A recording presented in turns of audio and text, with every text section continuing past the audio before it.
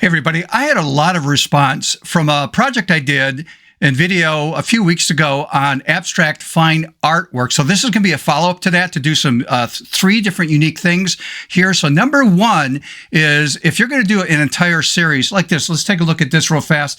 If you didn't see the video, I'll put the link in the show notes, but I started with that.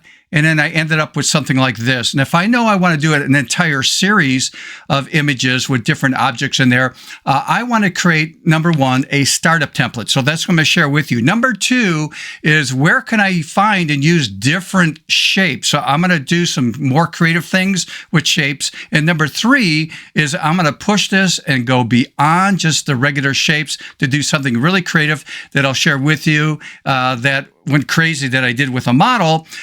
She went nuts with it, but I'm also going to build something for you from scratch regarding that. Are we ready for this?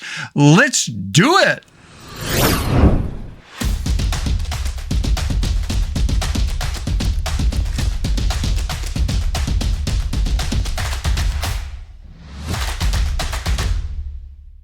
Hey everybody, welcome back to the channel. If you're new to the channel, this is dedicated to photography and pushing ourselves creatively out of the box as a photo artist. Okay, let's jump into today's program.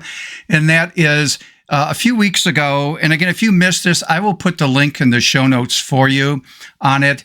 But I started with something like this. An object, it could be anything that you took a photograph of. And I talked about maybe some lighting techniques or things to consider when you're doing this.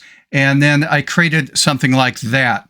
So if I want to do an entire series, I want to do a template concept. So I'm going to show you, because again, a lot of new people don't know what a template concept is. And I try to introduce that as much as possible because I'm always getting new people subscribing to the channel. The second thing is to do something a little bit more creative rather than just say rectangles, squares, triangles, and circles. We're going to work with different shapes. So I'm going to try to replicate that for you, which is, again, a little bit more creative, moving it up to another level. And then thinking about stuff like this. If you're a landscape photographer, I purposely did this in the video I did a few weeks ago. So you'll see me build that. So please make sure you view that video. Again, link in the show notes. But consider doing something like this. Now, that's sort of ugly looking to me.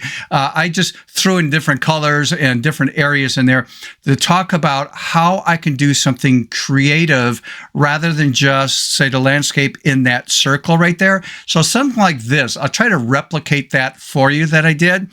But what went crazy was, I know most of you people don't shoot models and stuff like I do occasionally. And so I took an image. And again, it's implied, so this is, still PG on that. And I did something like this. And oh my goodness, the model went crazy on this. And this is something that was shot years ago. And just sort of flipped that out to her and stuff. And so I'll show you the actual PSD file, how I put that together. But it's using the concepts that I did on this one. Okay, so let's jump into the first concept and let's create that template. Okay, so the first thing we're going to talk about is the importance of creating a template and how to do that in our project here. So let's jump into Photoshop. And again, just want to emphasize, if I just double click on my workspace anywhere, I'll get the open dialog box. And this is the PSD file that I'm going to open up. And if I notice the name here, it says Fine Art-Project PSD. It's a Photoshop file. So if I select that, click on Open, or just double click on the file, it will open up. And how did I construct that? It's in the video I did a few weeks ago. The links will be in the show note just to save time. I'm not going to rebuild this, but what I want to do is if I'm going to do a series of work, say I'm taking photos of, say, a bunch of vases with flowers in them or something, and they're all slightly different, and I want to do a series, I want to use the same layout all the time, I would consider converting this into a template. Now, one of the things I did to polish this up is I went into an area like texture, and I just would double click in there and I put a description, hey, texture 1, texture 2, and then when I was dropping in shapes that you can see here, like bottom rectangle, so I typed that in manually. I got a blank image there that is, again, clipped to the circle below, and again, follow that video. It's in the show notes. And then another adjustment layer above there. But this is where you place the image. So I put in place image here. And then I tag that as red so it stands out. So when I open up anything as a template, I go look for the red. That tells me that's where I'm going to be placing my image. And how do you do that is very simple, because by default, you're not getting any colors right there. So right mouse click, this is your default, no color. Okay, so just right mouse click. I choose red. You can choose any color you want, but to me, it's a consistent color that I use to say mark that layer. And that's where I want to place my image. Okay, so the problem with this so far is once I got this, set up, look at here on the tab, and that's the name of the file, fineart-project.psd. Well, I want to save this, right? And then what I want to do is do an extra step. So after I just clean everything up as a starting point, like I got rid of maybe an image I already had in there, and I built that, so I'm ready to go, save this, close out, and I'm going to show the new people the difference in a template concept. So again, Fine Art Project, I'm going to close out of that. Or when I modify it, it is up to you. I'm going to do this.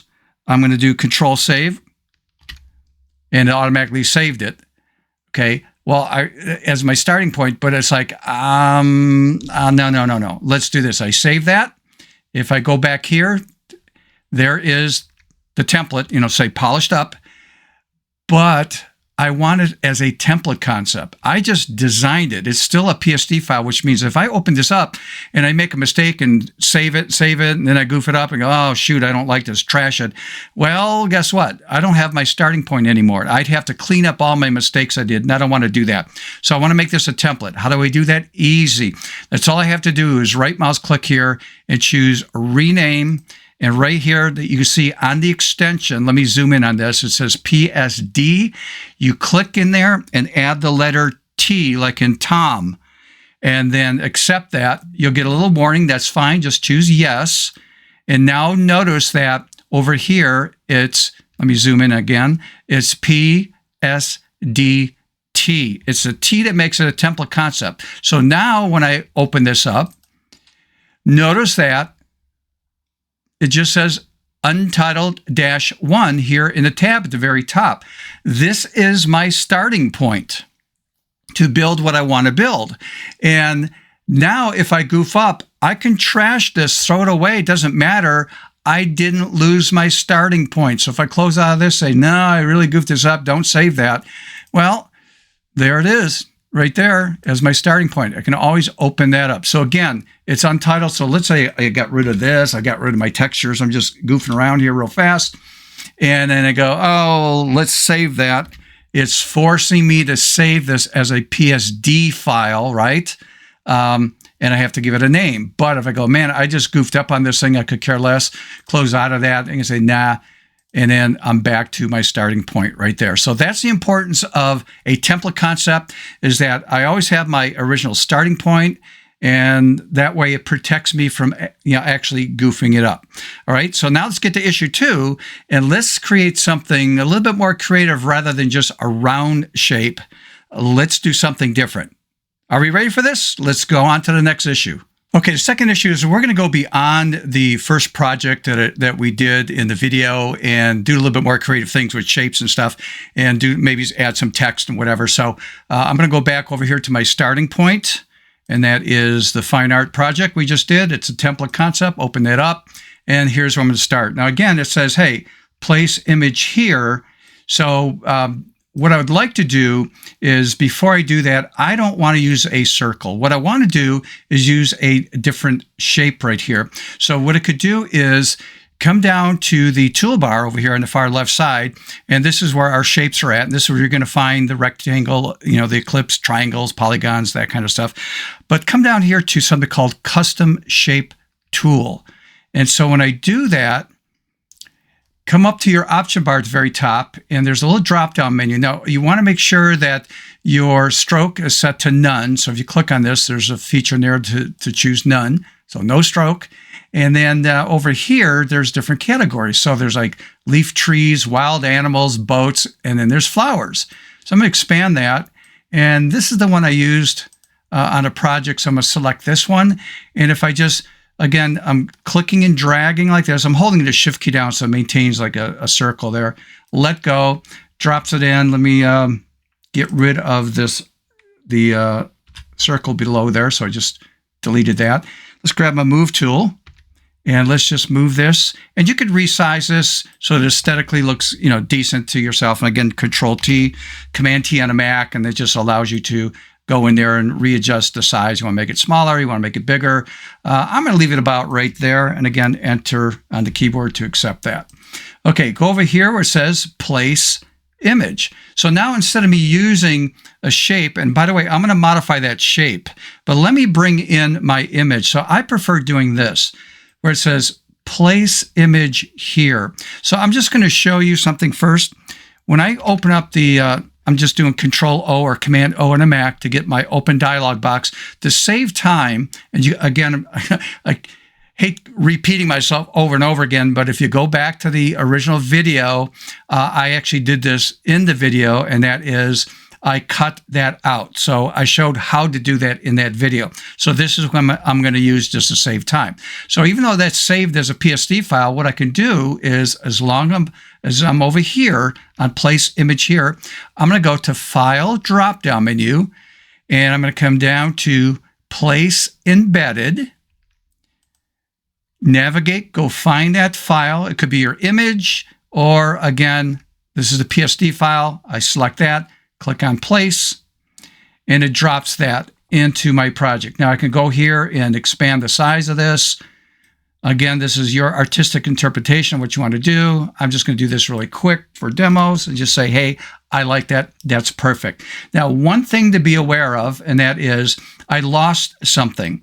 And that is if I turn this on and off, this adjustment layer, which is part of my template, the hue and saturation, is affecting the entire image from here down.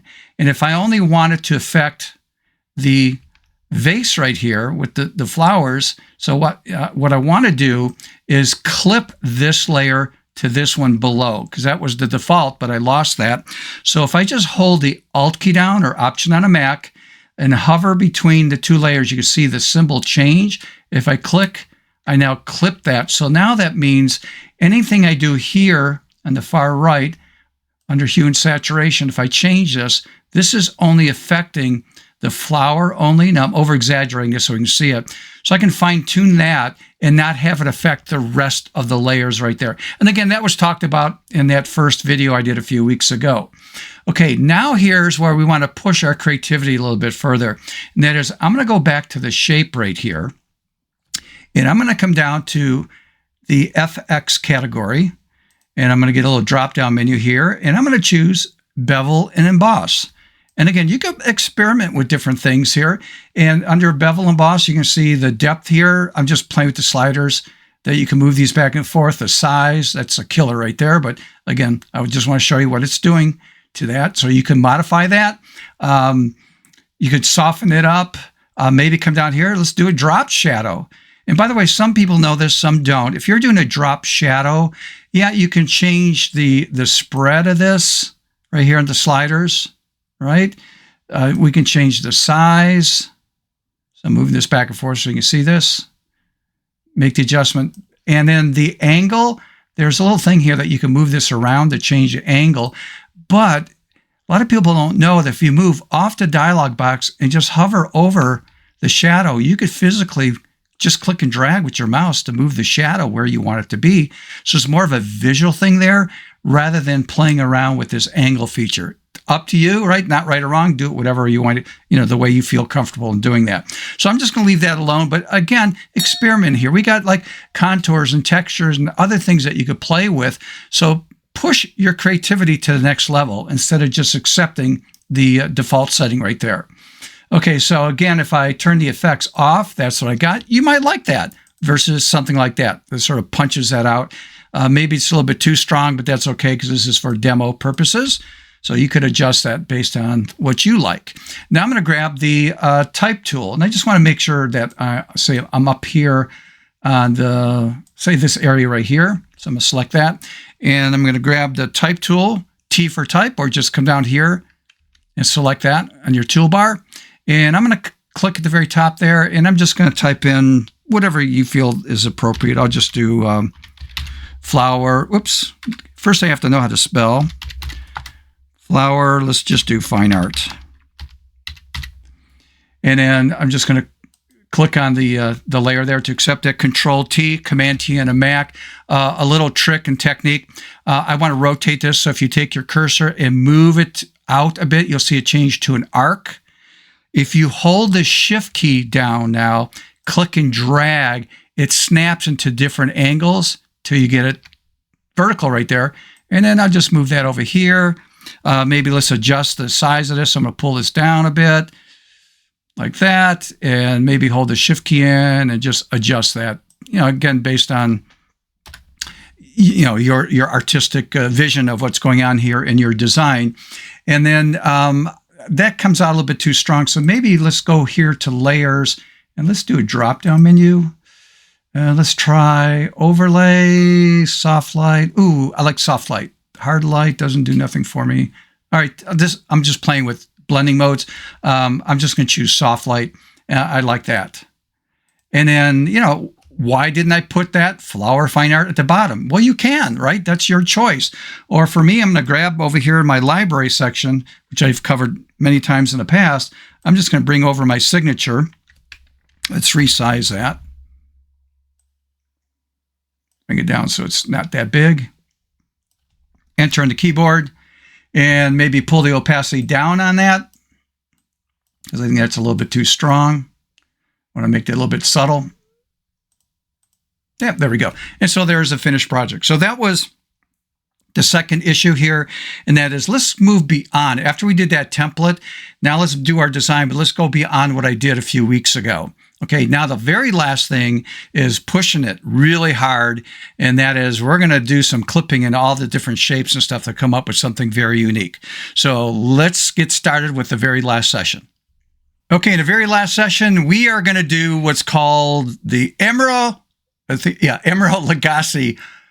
Bam! Let's kick it up a notch. Now, some of you are too young to remember this, but years ago, there was a famous chef, sort of internationally known, Emerald Lagasse. And he always did his cook show, and he goes, bam! Let's kick it up a notch. So we're going to do that right here with our project. So back in the Photoshop, I'm going to, again, double-click in the workspace. Let's go find the template right here and click on Open. So again, we're starting with a fresh new project and same layout. And what I'm going to do here where it says place image here, I'm going to go to, again, file drop-down menu. We're going to come down to place embedded. And then I'm going to choose this landscape image, and that will drop it right in. And then we can move this around with the move tool. I'm just going to do enter on the keyboard just to show that, if you want to resize this, I'm going to do Control T, Command T on a Mac. Maybe I want to make this, I don't know, a little bit smaller. I mean, again, it's up to you. Maybe that doesn't look that straight, so I'm going to rotate that a little bit to make it straight and position that, let's say I like that. Again, these are all artistic interpretations, right? Enter on the keyboard. So that's all preset, ready to go. Everything's clipped, right? Because that's what we started with. If I go to the very top, which is clipped, which means if I come over here under lightness and push this all the way to the right, to the left, it's only affecting that circle. And I'm just going to adjust this to the look I want it to be. So again, it's your artistic interpretation of what you want to do. Now that I have that, here's a trick and techniques. I'm going to apply this same image 1, 2, 3 different times in this project here. So what I'm going to do is make sure this layer is selected. I'm going to hold the Shift key down, click on the next layer. So the two of them are selected. Now here's the trick and technique. I'm going to hold the Alt key down on my keyboard and not let go. So I'm holding Alt, which is Option on a Mac. And now I click and drag with my mouse above the bottom rectangle like that and let go. So what it did was it duplicated that set for me automatically. But one thing it can't carry over is the clipping part of it. So what I'm going to do is hold that Alt key down or Option on Mac. If I hover between the two layers here, you'll see it change to a different symbol. Click, I clipped it. Let's do the same thing here with the one above here with the hue in saturation. I'm going to clip that. Now I'm on the layer of the image. That's really important because when I grab my move tool, I want to move this around. And let me pull back on this image a bit. And I'm going to do Control T, again, Command T on a Mac. Let's make sure I did that right. And then I'm going to expand this. So I'm going to click and drag to make this bigger. And what I want to do in this, and again, in artistic interpretation, here we go again. I just want to show the grass in that area right there. I don't want anything else. Just, again, I'm sort of playing with this. Okay, so there is that clip right there. And again, you can go over here to hue and saturation, make an adjustment. If you want to saturate that more, change the lightness of this. You could add, always, your own stuff in there if you want to do anything that's non-destructive. You might throw in a curves there or whatever based on, the look that you want to get. But just to save time, I'm going to accept that right there. And I'm going to repeat this again. I'm going to come down here and I want to do it on this bar here on the left. So there's the left side right here. So again, I'm going to select the 2 layers, hold the Alt key down, Option on a Mac. I'm going to click and drag and make sure I go above the left side rectangle. And then again, it doesn't carry over the clipping. So I'm going to hold that Alt key down, Option on a Mac. I'm going to clip it and again, clip it. So now when I'm on the layer of the image, that's important, Control T, Command T on a Mac. I'm going to come over here and let's maybe adjust the size of this. Maybe I want to see part of the sky there a bit. I don't know if I want to show. Ooh, I might do that. Okay, and enter on the keyboard. And again, just to save time, you can make your adjustment on the brightness and contrast. You might want to change the color. I mean, let me just throw this in. There you go. You can change colors, but again, aesthetically, it should be pleasing, but it doesn't look pleasing to me on those colors. But again, it's up to you, right? It's your interpretation of what's going on there and make your adjustments. And then the very last thing is I want to do this in the background over here. So this I don't have to clip. If I select that layer again there, hold the Shift key down, click there. By the way, if you're learning anything, if you could do me a favor, and that is like the video, subscribe. If you have not subscribed, hit that notification bell. The next time I upload a video, you'll get notified on that. And again, I'm going to hold the Alt key down, Option on a Mac, click and drag below the left side, because there's really nothing to clip to because this is just the bottom color. And so if I go on the image there, you can see if I turn this on and off where that's at, make sure I'm on that layer, Control T, and I want to resize this. Click and drag. I'm going to make this real big because I want to bring in more of the clouds. I don't want the building in there per se. Let's push that up more. So maybe, let's do this. Move it about right there. Something like that, and then enter on the keyboard. So hopefully you got the idea. And then if you want, you could type in fine artwork or put your signature in there. But the whole point of this is moving this to another level of creativity based on what I did a few weeks ago. Okay, I need to jump in here really quick. I forgot to show one other thing really fast that I promised in the video, and that is, let's close out of this. I'm not going to save this. And this technique I just shared with you, I applied to, let's see if I can find that. And there we go. The implied photo right there. So what I did with the landscape is exactly what I did with her. So over here, if I turn these on and off, you can see there's the bottom part. Okay, and then let's scroll down here. This is the main part right there. I'm going to come back to that in a minute. And then let's take a look at this. Turning that on and off. That's the left side right there. And then this is that area. So everything I did was in the landscape one. But I was playing with this, and there's no right or wrong in this, but notice that this is not clipped. This is like laying on top of the circle. But if I clip that, I get that. And again, not right or wrong, just, your own personal interpretation, what you want. I sort of like that better. And so did the model. And of course, that's the big thing right there. Probably she wouldn't know the difference anyhow.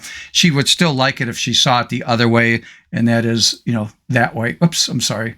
If it was clipped instead, she still would have liked that. I know that for a fact. But anyhow, pushing this to another level of creativity.